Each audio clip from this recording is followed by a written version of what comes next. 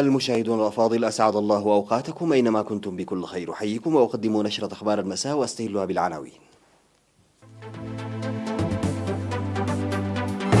الدفع بعملية صيانة المدارس في إقليم شمال البحر الأحمر.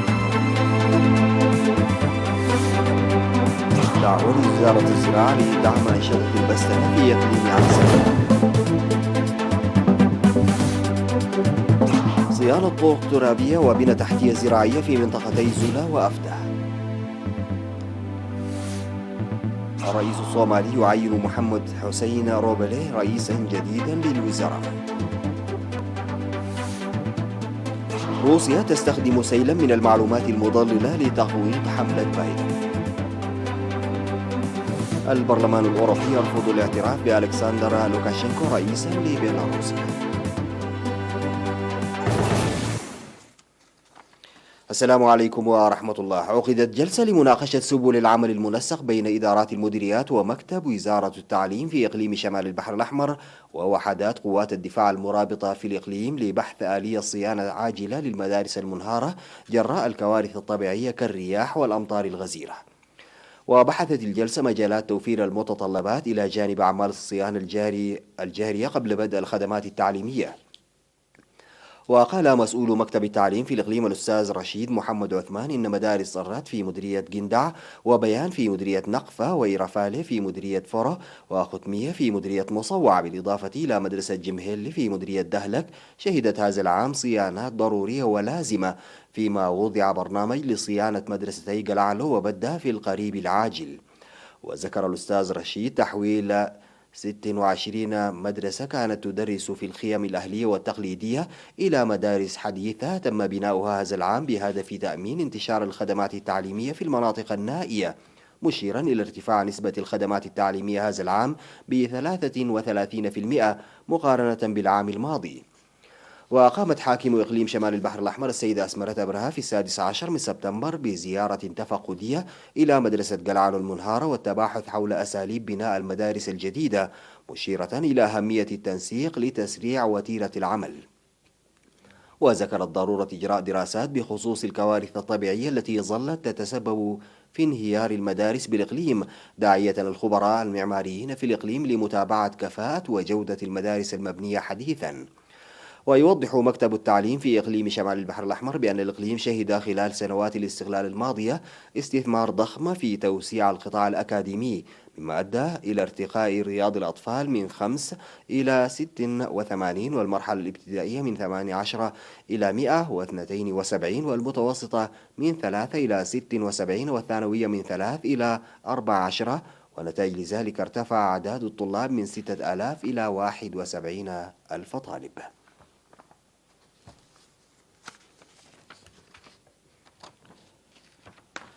طالب أصحاب البساتين المنضويين في جمعية في إقليم عنسبة وزارة الزراعة لتقوية جمعيتهم وتقديم العون لإبادة الآفات التي تهاجم منتجات الخضر والفاكهة.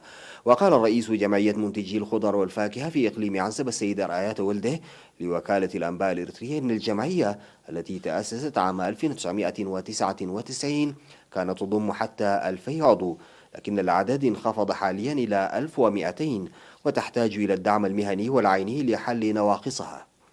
وأوضح بأن أمراض النباتات من أهم أسباب ضعف أنشطة الجمعية ومنتجاتها، خاصة الأمراض التي تظهر على الجواف والبرتقال والليمون والطماطم والمسببة لجفاف الأشجار.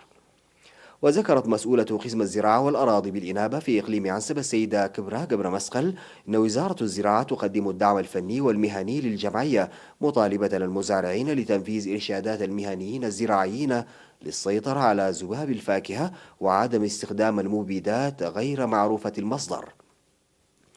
وتنمى مساحة 2152 هكتارا بالخضروات والفاكهة في إقليم عنسبة، 1500 منها بالخضروات و386 هكتارا بالبرتقال و121 هكتارا بالمانجو و85 هكتارا بالجوافة و60 هكتار بالليمون.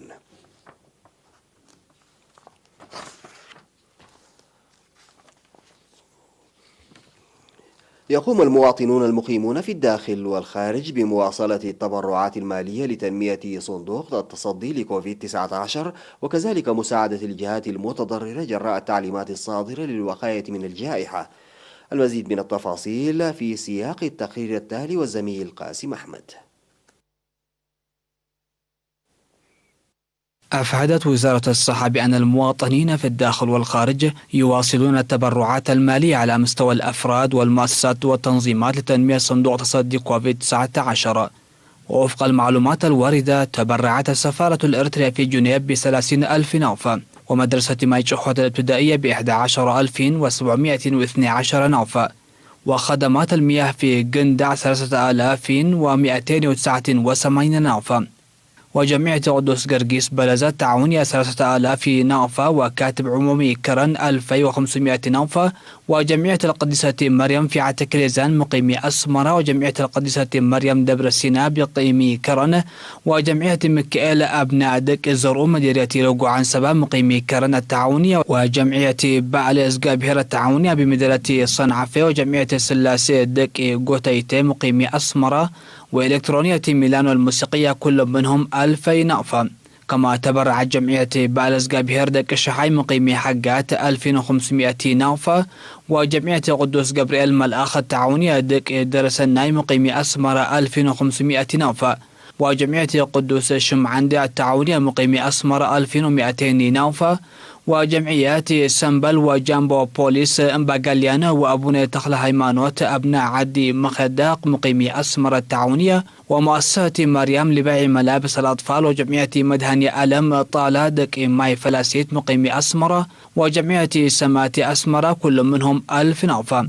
كما تبرع كل من سمهر هوتيل، وجمعية الشهداء دك إشمان قوش تحتاي مقيمي أسمرة، وجمعية الشوم التولدية التعاونية في مديرية عدو خالة، وكنيسة مدهني ألم الدانتير، ومؤسسة عزيب صقاي لقطع قيار، وكذلك جلهات بيوتيك، وجمعية بعل مريم عد قبايا التعاونية مقيمي كرن، ومتجر تفري كنفة وخياطة كيداني عندهم للملابس، وجمعية قدوس جيورجيس عوانات مقيمي أسمرة، وجمعية كيدان مهرت عد سعدي مقيمي أسمرة، إضافة إلى مؤسسة فاليط أسيدس الشخصية كل منهم ب1,000 نوفة. في غضون ذلك سلمت أسرتان مقيمتان في إطالة 20 من المنايات تقدر بقيمة أكثر من 3,800 نوفة لوزارة الصحة.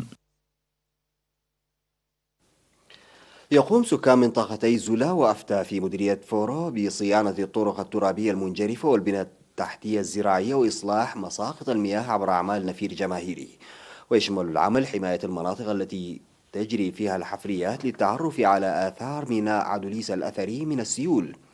وقال مسؤول التنمية الاقتصادية في المديرية السيد صالح إبراهيم كاكاي إن شركة البحر الأحمر للإنشاءات قدمت الدعم الآلي للعمل الذي بدأ منذ شهر يوليو. من جانبهم طالب مدراء ضاحيتي زولا وأفتاه بالدعم الآلي لصيانة طريق فورو أفتاه لتسهيل خدمات المواصلات. تجمع سكان 7 قرى في ضاحية حوصيت بمديرية قندع في إقليم شمال البحر الأحمر للحصول على خدمات اجتماعية وإنهاء حياة الترحال. وكبداية أعدت مدرسة ب3 فصول دراسية للأسر المجتمعة البالغ عددها 300 أسرة. في غضون ذلك يقوم سكان منطقة حوصيت بأعمال نفير شعبية لحفظ المياه وحماية التربة لإثراء المياه الجوفية. واشتمل العمل إلى جانب إصلاح مساقط المياه، حيث تم بناء 84 كيلومترا من المدرجات و920 من الحواجز المائية. هذا ويقطن ضاحية حوصيت أكثر من 250 أسرة تمتهن الزراعة والرعي.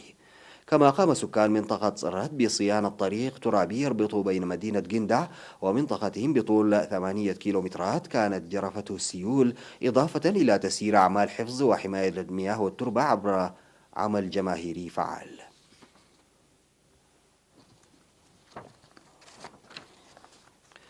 تجري عملية صيانة طريق ترابي جرفته السيول التي أعقبت الأمطار الغزيرة التي هطلت في 10 من سبتمبر في بلدة حلحل عبر نفير جماهيري وقوات الدفاع.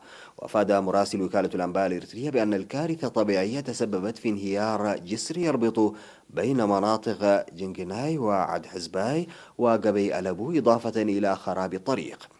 وأوضح المشاركون في النفير بأنهم يقومون بأعمال فعالة لإعادة الطريق الرئيسي والمهم إلى طبيعته.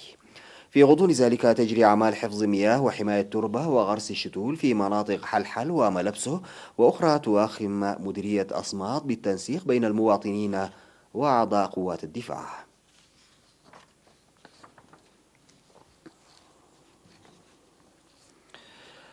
نتوقف سادتي مع فاصل قصير ونعود لمواصلة الأخبار.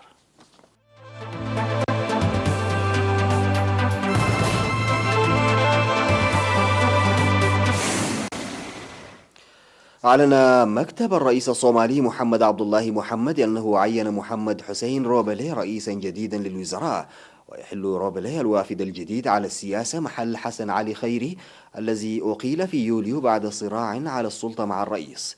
ولم يقدم مكتب الرئيس الصومالي في بيانه المقتضب الذي نشره على تويتر أي معلومات عن رئيس الوزراء الجديد. وكان الصراع بين خيري والرئيس قد نشب بسبب الخلاف حول إمكانية تأجيل الانتخابات العامة المقرر إجراؤها في فبراير من العام القادم.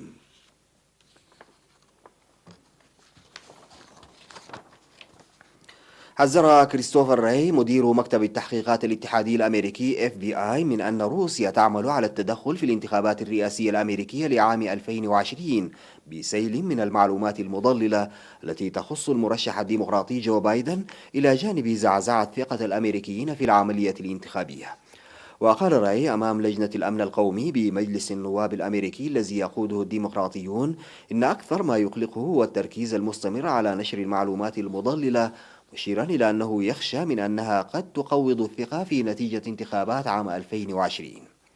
وتأتي شهادة راي بعد تحذير أصدره مدير المركز الوطني للأمن ومكافحة التجسس في الولايات المتحدة في 7 أغسطس من أن دولا مثل روسيا والصين وإيران تعمل على التدخل في الانتخابات التي ستجري في 3 نوفمبر. وخلصت عدة مراجعات أجرتها وكالات الاستخبارات الأمريكية إلى أن روسيا سعت لدعم الحملة الانتخابية للرئيس الأمريكي دونالد ترامب عام 2016 وتقويض منافسته هيلاري كلينتون، ورفض ترامب هذه المزاعم كما نفتها روسيا أيضا.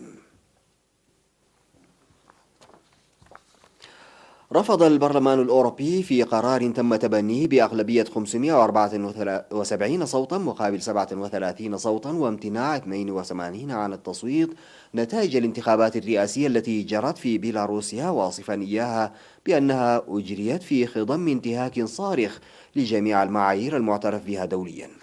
وقد أوضح القرار أنه بمجرد انتهاء ولاية الرئيس الحالي ألكسندر لوكاشينكو فإن البرلمان لا يعترف به رئيسا للبلاد اعتبارا من 5 نوفمبر. وفور صدور القرار أصدرت وزارة الخارجية في بيلاروسيا بيانا اطلعت عليه يورونيوز يصف قرار البرلمان الأوروبي بأنه قرار عدائي في صيغته وغير بناء ولا يحتوي على أي أطروحة متوازنة، مضيفا أن القرار يقوم على استنتاجات عاطفية، واصفة أعضاء البرلمان الأوروبي بأن لا لديهم أدنى من المعرفة بالقانون الدولي واحترام سيادة الدول الأخرى. هذا وطالب أعضاء البرلمان الأوروبي بفرض عقوبات أوروبية على مجموعة كبيرة من الأشخاص المسؤولين عن تزوير نتائج الانتخابات والقمع العنيف في بيلاروسيا.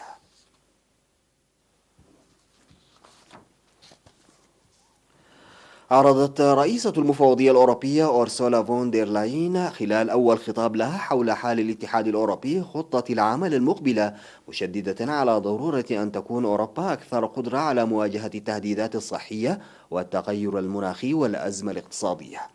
وأعلنت فون دير لاين وهي أول امرأة تتولى رئاسة المفوضية الأوروبية أمام النواب أنها تنوي رفع هدف خفض انبعاثات غازات الدفيئة الأوروبية بحلول العام 2030 إلى 55%، فيما هي محددة الآن بنسبة 40% مقارنة بمستويات العام 1990.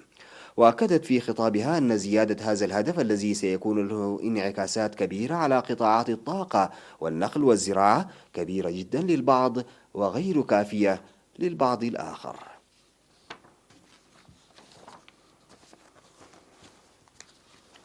انتهت نشرة أخبار المساء قدمتها لحضراتكم من الفضائية الإريترية. شكرا لمتابعتكم. السلام عليكم ورحمة الله تعالى وبركاته.